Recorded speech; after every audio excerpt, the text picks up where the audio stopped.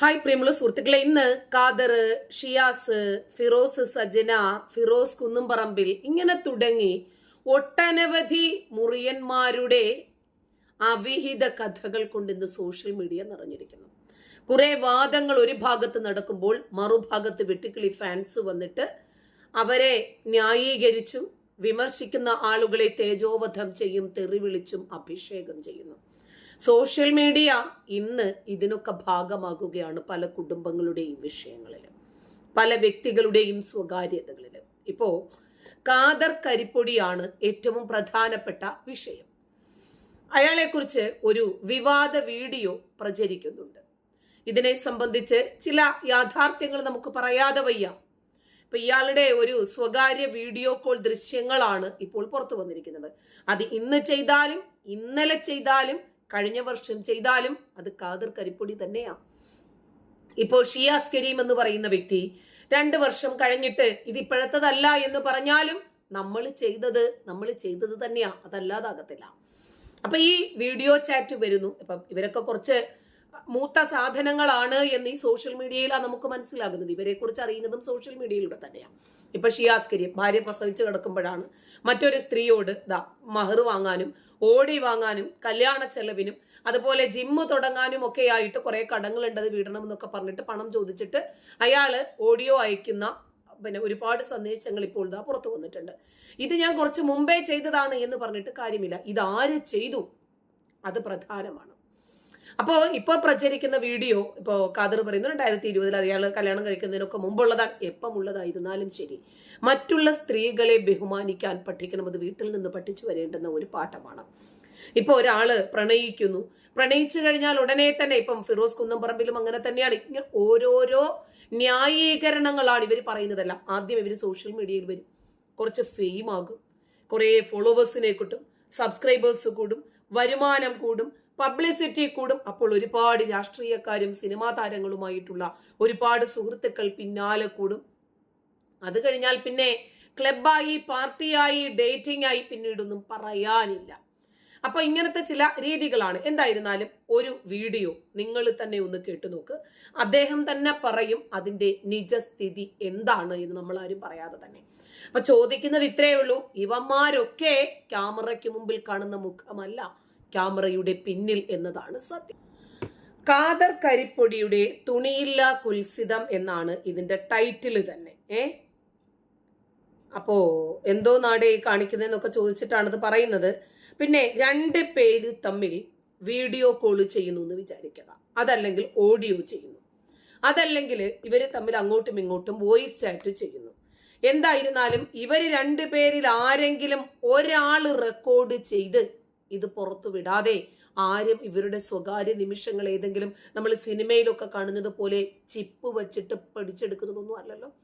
അപ്പൊ ഇവരിത് ചെയ്യുമ്പോൾ തന്നെ ഇവർ റെക്കോർഡ് ചെയ്യുന്നത് എന്തിനാ? ഒന്നുകിൽ നാളെ താൻ ചതിക്കപ്പെടും എന്ന ഭയത്താൽ. അതായത് തനിക്കൊരു പണി കിട്ടിയാൽ എടുത്തിത് ഉപയോഗിക്കാൻ സാധിക്കണം. അപ്പൊ നേരത്തെ തന്നെ അവര് മനസ്സിലാക്കുന്നു ഇവൻ തിരിയാൻ അതല്ലെങ്കിൽ ഇവള് തിരിയാൻ സാധ്യതയുണ്ട് എന്ന്, അല്ലെ? അപ്പൊ അങ്ങനെയാണ് ഈ വീഡിയോ ചാറ്റുകളും ഈ കോളുകളും ഈ സന്ദേശങ്ങളും പൈസ അയക്കുന്ന മെസ്സേജുകളും സ്ക്രീൻഷോട്ടുകളും ഒക്കെ നമുക്ക് ലഭിക്കുന്നത്. അതല്ലാതെ 2 പേരുടെ ഫോണുകളിൽ ഇരിക്കുന്ന സ്വകാര്യതകൾ ഒരിക്കലും മൂന്നാമതൊരാൾ അറിയാൻ സാധ്യത വേറെ രൂപത്തിലില്ല. അതല്ലെങ്കിൽ ഫോണിന് എന്തെങ്കിലും ടെക്നിക്കൽ ഇഷ്യൂ വന്നിട്ട് നമ്മൾ മെയിൻ്റനൻസ് ചെയ്യാൻ കൊടുക്കുമ്പോൾ അവരാരെങ്കിലും ലീക്കാക്കിയാലുണ്ട്. ഇതങ്ങനെയൊന്നും ലീക്കാക്കിയതല്ലല്ലോ. ശരി, അദ്ദേഹം പറയട്ടെ. സുഖമാണെന്ന് വിശ്വസിക്കുന്നു. ഇന്നലെ മൗദൂദി ചാനലിന്റെ വളർത്തുപുത്രനായ മുബാറക് റാവുത്തറുടെ വീഡിയോ പ്രവർത്തനങ്ങളുടെ വീഡിയോ പുറത്തുവിട്ടപ്പോൾ ഞാൻ പറഞ്ഞിരുന്നു, നാളെ അതായത് ഇന്ന് വി.ഡി. സതീശനെ മുഖ്യമന്ത്രിയാക്കാൻ സ്വപ്നം കണ്ട് നടക്കുന്ന യൂട്യൂബ് കുൽസിത പ്രവർത്തനങ്ങളുടെ വീഡിയോ ഞാൻ പുറത്തുവിടുമെന്ന്. നമസ്കാരം പ്രിയപ്പെട്ടവരെ, എല്ലാവർക്കും സുഖമാണെന്ന് വിശ്വസിക്കുന്നു. ഇന്നലെ മൗദൂദി ചാനലിന്റെ വളർത്തുപുത്രനായ മുബാറക് റാവുത്തറുടെ വീഡിയോ കുൽസിത പ്രവർത്തനങ്ങളുടെ വീഡിയോ പുറത്തുവിട്ടപ്പോൾ ഞാൻ പറഞ്ഞിരുന്നു, നാളെ അതായത് ഇന്ന് വി.ഡി. സതീശനെ മുഖ്യമന്ത്രിയാക്കാൻ സ്വപ്നം കണ്ട് നടക്കുന്ന യൂട്യൂബറായ ഖാദർ കരിപ്പൊടിയുടെ കുൽസിത പ്രവർത്തനങ്ങളുടെ വീഡിയോ ഞാൻ പുറത്തുവിടുമെന്ന്. അതിനു മുമ്പ് ഒരു കാര്യം പറഞ്ഞോട്ടെ. ചില സഖാക്കൾ സ്നേഹത്തോടെ എന്നോട് ചോദിച്ചു, സഖാവേ, നമുക്ക് രാഷ്ട്രീയം പറഞ്ഞ് മുന്നോട്ട് പോയാൽ പോരെ, ഇങ്ങനെയുള്ളവന്മാരുടെ ഈ അവിഹിത കഥകളും കുൽസിത പ്രവർത്തനങ്ങളും ഒക്കെ നമ്മളെന്തിനാണ് മറ്റുള്ളവരെ അറിയിക്കുന്നതെന്ന് സ്നേഹപൂർവ്വം ചോദിച്ചു.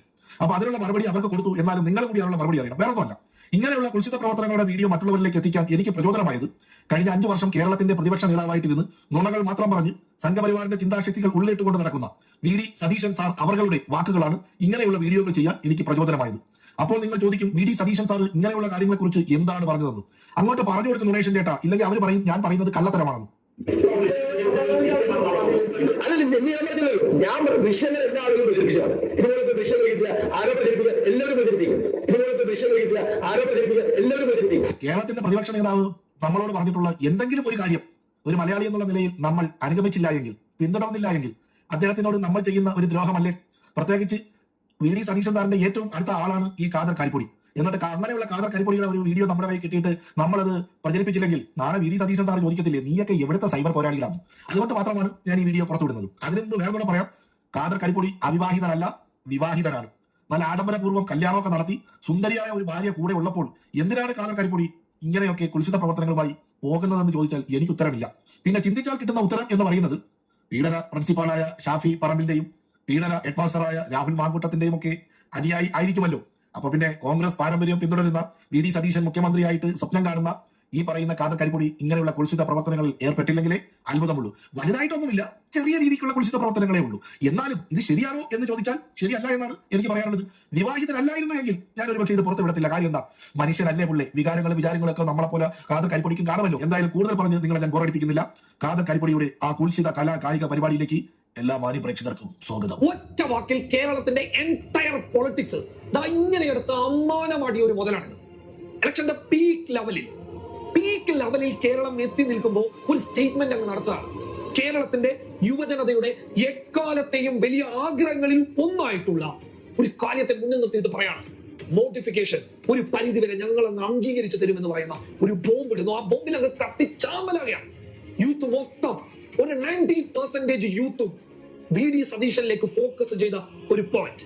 ആ പോയിന്റ് ക്രിയേറ്റ് ചെയ്തെടുത്ത ഇദ്ദേഹത്തിന്റെ മെയിൻ തല അത് എത്രത്തോളം ഉപകാരം ഉണ്ടാക്കിയ ഇലക്ഷനിൽ കോൺഗ്രസിന് എന്ന് ചോദിച്ചു കഴിഞ്ഞാൽ, UDF എന്ന് ചോദിച്ചു കഴിഞ്ഞാൽ എൻടയർ യൂത്തിന്റെ ഒരു സൗണ്ടായി വി.ഡി. മാറുന്ന ഒരു അവസ്ഥ. ഇങ്ങനെ ഒരു അവസ്ഥയിലേക്ക് കേരള രാഷ്ട്രീയത്തിൽ കോൺഗ്രസിന്റെ ഒരു നേതാവ് അതും ഇലക്ഷന്റെ ഒരു പീക്ക് പോയിന്റിൽ എത്തിച്ചത് എന്റെ രാഷ്ട്രീയ ജീവിതത്തിൽ ഞാൻ ആദ്യമായിട്ട് കാണുന്ന ഒരു കാഴ്ചയാണ്. ഞാൻ ഇതിനു മുമ്പ് കണ്ടിട്ടില്ല. അപ്പൊ അങ്ങനെ ഒരു ലീഡർ, അങ്ങനെ ഒരു ലീഡർഷിപ്പ് ക്വാളിറ്റിയിൽ നിൽക്കുന്ന ഒരാൾ, എവിടെ കുത്തിയാൽ നോവും, എവിടെ കുത്തിയാൽ വെള്ളം കിട്ടുമെന്ന് കൃത്യമായി അറിയുന്ന, ജനത്തിന്റെ പൾസ് അറിയുന്ന ഒരു ലീഡർ. നാളെ UDF എങ്ങാനും അധികാരത്തിൽ വന്നു കഴിഞ്ഞാൽ മുഖ്യമന്ത്രി പദം എന്ന് പറയുന്ന ഏക ഓപ്ഷനേ ഉള്ളൂ, അത് വി.ഡി. സതീശൻ. മറ്റു പലരും, ഞാൻ അടക്കം ഇന്റർവ്യൂ ചെയ്തിട്ടുള്ള ഒരുപാട് ആളുകൾ, മറ്റു പലരും ഓപ്ഷനായിട്ട് അവിടെ നിൽക്കുന്നുണ്ടെങ്കിൽ പോലും ഒറ്റ ഒരാൾക്കേ സാധ്യതയുള്ളൂ, അത് വി.ഡി. സതീശൻ മാത്രമായിരിക്കും.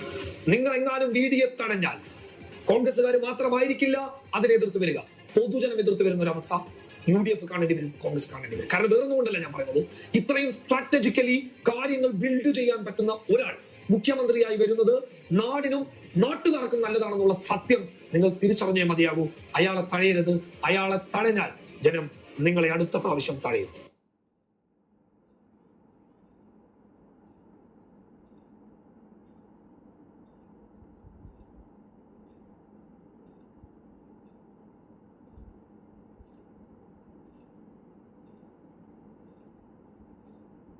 നമ്മളൊന്ന് ആലോചിച്ച് നോക്കിക്കേ, കഴിഞ്ഞ 10 വർഷത്തിനിടയിൽ നമ്മൾ ആരുടെയൊക്കെ കുൽസിത പ്രവർത്തനങ്ങളുടെ വീഡിയോ ഷെയർ ചെയ്യേണ്ടി വന്നിട്ടുണ്ട് എന്ന് നമ്മളൊന്ന് ചിന്തിക്കണം. മുൻ യൂത്ത് കോൺഗ്രസ് സംസ്ഥാന സെക്രട്ടറിയായ വാണി പ്രയാഗിന്റെ വീഡിയോ നമ്മൾ പ്രചരിപ്പിക്കേണ്ടി വന്നു. പാണക്കാട് കുടുംബാംഗമായ പാണക്കാട് ബഷീർ അലിയുടെ വീഡിയോ നമ്മൾ പ്രചരിപ്പിക്കേണ്ടി വന്നു. മലപ്പുറത്തെ കോൺഗ്രസ്സുകാരിയും മലപ്പുറത്തെ പഞ്ചായത്ത് മെമ്പറുമായ ഒരു കോൺഗ്രസ്സുകാരിയുടെ വീഡിയോ നമുക്ക് പ്രചരിപ്പിക്കേണ്ടി വന്നു. ഫിറോസ് കുന്നംപറമ്പിന്റെ വീഡിയോ നമുക്ക് പ്രചരിപ്പിക്കേണ്ടി വന്നു. ഇന്നലെ മൗദൂദി ചാനലിന്റെ വളർത്തുപുത്രനായ മുബാറക് റാവുത്തറിന്റെ വീഡിയോ നമുക്ക് പ്രചരിപ്പിക്കേണ്ടി വന്നു. അതിനിടയിൽ പാലക്കാട്ടെ കോൺഗ്രസിന്റെ കൗൺസിലറും ഷാഫി പറമ്പിലിന്റെയും രാഹുൽ മാങ്കൂട്ടത്തിന്റെയും അടുത്ത അനുയായിയായ പ്രക്ഷോഭിന്റെ മുന്നില്ലാത്ത ചിത്രം നമുക്ക് പ്രചരിപ്പിക്കേണ്ടി വന്നു. ഇപ്പോഴിതാ ഖാദർ കരിപ്പൊടിയുടെ വീഡിയോ നമ്മൾ പ്രചരിപ്പിക്കേണ്ടി വരുന്നു. ഇങ്ങനെ പോയാൽ അടുത്ത 5 വർഷം ഇവർ പ്രതിപക്ഷത്തിരുന്നാൽ നമുക്ക് രാഷ്ട്രീയം പറയാനുള്ള സമയവും സന്ദർഭവും ഉണ്ടാകത്തില്ല. പകരം ഇവരുടെ പീഡനങ്ങളും ഇവരുടെ അതീതങ്ങളും ഇവരുടെ കുൽസിതങ്ങളും മാത്രമേ നമുക്ക് പറയാൻ പറ്റൂ എന്ന് നോക്കുമ്പോൾ സൈബർ പോരാളി എന്നുള്ള നിലയിൽ എനിക്ക് വിഷമം ഇല്ലാതില്ല. പിന്നെ ഇതൊക്കെ ഒരു രസമല്ലേ, ഒരു തമാശയല്ലേ എന്ന് ഓർത്ത് നമുക്ക് തുടരാം. അപ്പൊ എന്തായാലും എല്ലാവർക്കും കാര്യങ്ങളൊക്കെ ബോധ്യപ്പെട്ടു. എല്ലാവർക്കും നന്മകൾ നേരുന്നു. ഇവരുടെ ഇത്തരം പ്രവൃത്തികൾ, ഇവരുടെ ഈ സ്വഭാവങ്ങൾ ഇന്ന് സോഷ്യൽ മീഡിയ ഉള്ളതുകൊണ്ടും ഇങ്ങനെ നിർഭയം പ്രതികരിക്കാൻ സാധിക്കുന്ന ആളുകൾ ഉള്ളതുകൊണ്ടും അല്ലെ.